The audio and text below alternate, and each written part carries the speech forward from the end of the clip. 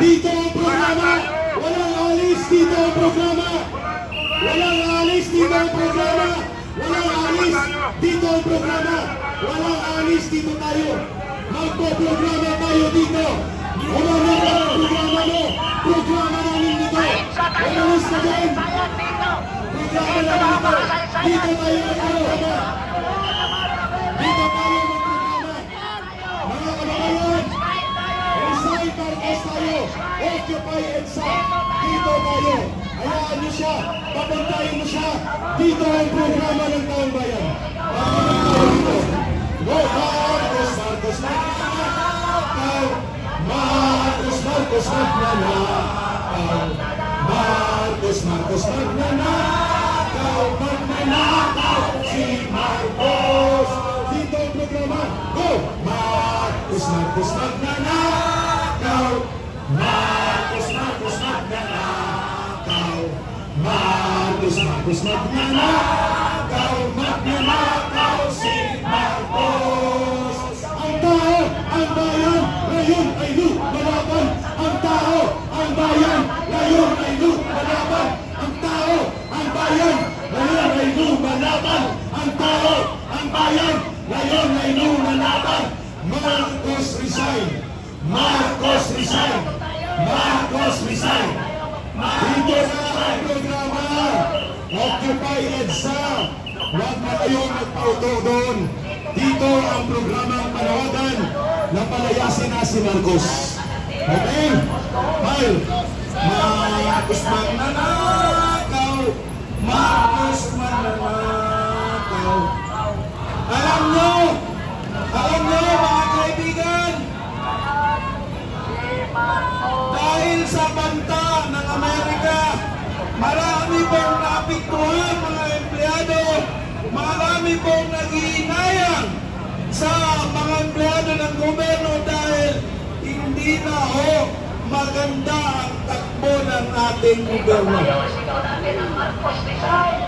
Napakahirap po ang dinamas natin ngayon, lalong-lalo na itong budgeting ng 2025. Ito yung napakalaking corruption na nangyayari sa ating bansa. Trillions of piso ang nawala ng kamay ng bayan. Ronaldo, pupunta na dito. Dito na tayo, no? Manawagan na tayo. Mga kababayan, Tatay Ben, listen mo na.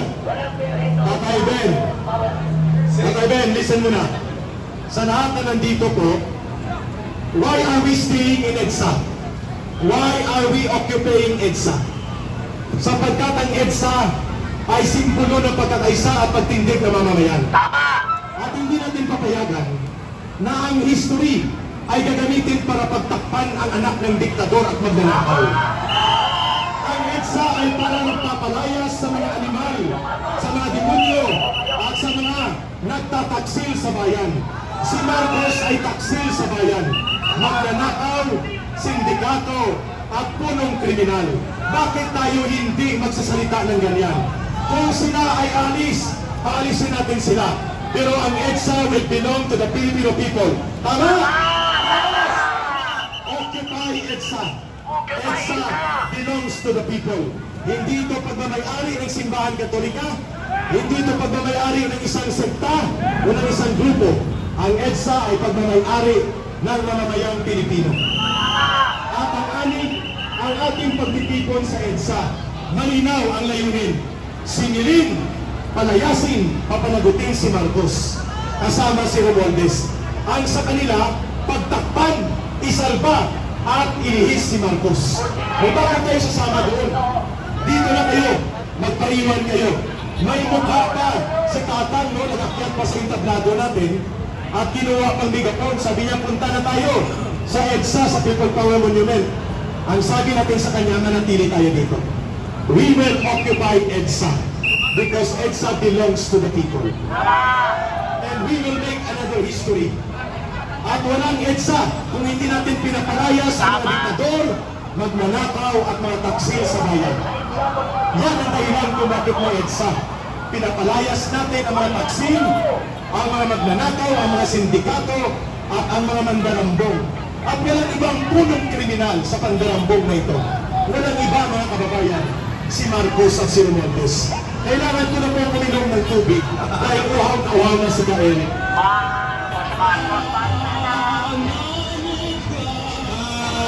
Marcos nagnanakaw.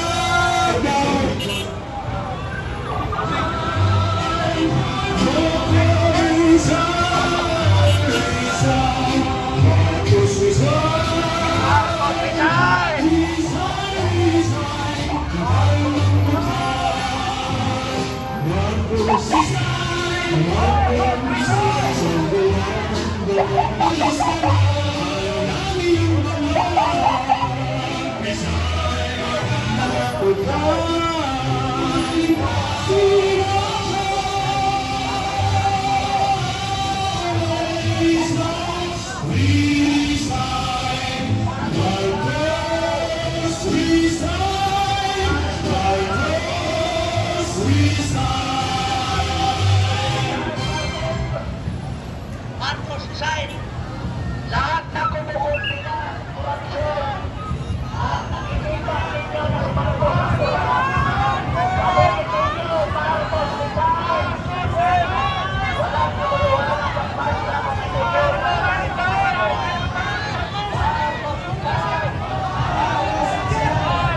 Marcos resign! Marcos resign! Marcos resign! Marcos resign! Marcos resign! Marcos resign!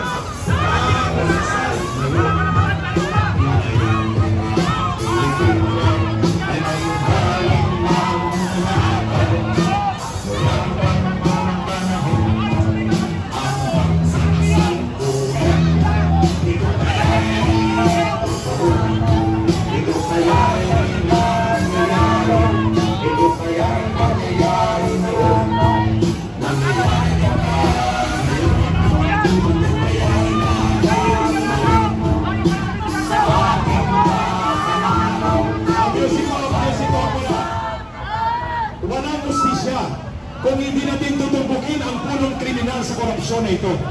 Ang panunumbalik ng pandarambong at pangungurakot sa gobyerno, si Marcos ang punong kriminal. Masisimula ng justisya kapag pinalaya si Marcos. Ang EDSA ay para palayasin ang diktador at mga magnanakaw, para palayasin ang mga taksil sa bayan. Kaya kami ay nananawagan, Marcos resign! Marcos resign! Marcos resign! Marcos resign! Marcos resign! Marcos resign! Marcos resign! Marcos resign! Marcos resign! Marcos resign! Marcos resign! Walang justisya! Walang justisya!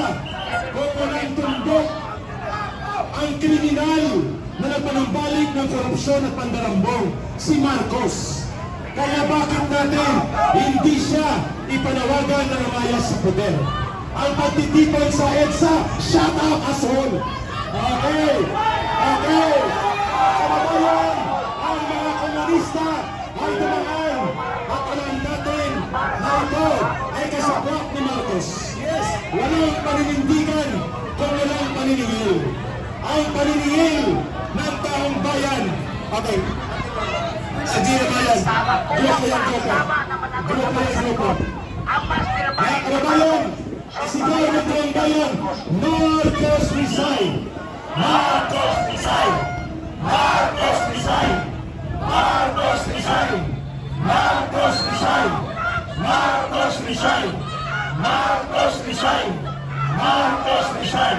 Ang pagtitiso sa Marcos resign! ang pagtitipon sa EDSA, pagpapatalsik sa diktador at pagpalakaw. So sino ang inyong tinututulan? Si Marcos ang kriminal at pasimuno ng pandarambong. Ang may pananabutang kriminal na dapat palayasin sa poder. Si Marcos at si Romualdez. Kaya ang panawagan ng taong bayan, Marcos resign! Marcos resign! Marcos resign! Kalma! Kalma na! Marcos resign! Marcos resign! Marcos resign! Ang inyong mga pagtitipon, walang katotohan kung hindi tayo maningil sa tunay na kriminal.